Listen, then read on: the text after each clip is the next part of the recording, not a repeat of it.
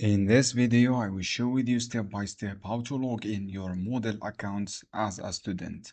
So friends, all you have to do, go to Google, search for Moodle. This is the keyword. Click the first website here. You will see this page. From this page, click on login option. So from here, please just wait to continue this option. You will see this index page login. So friends, if you want to access a guest, click this one.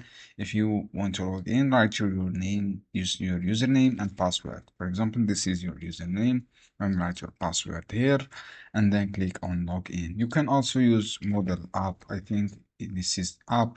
You can download this app. Click install and download this app on Google Play or App Store. After download this app, you can log in successfully with your own information, just like the username and password. Basically, this is how you can do. I hope that this guide helpful for you. Don't forget to give like and share this video.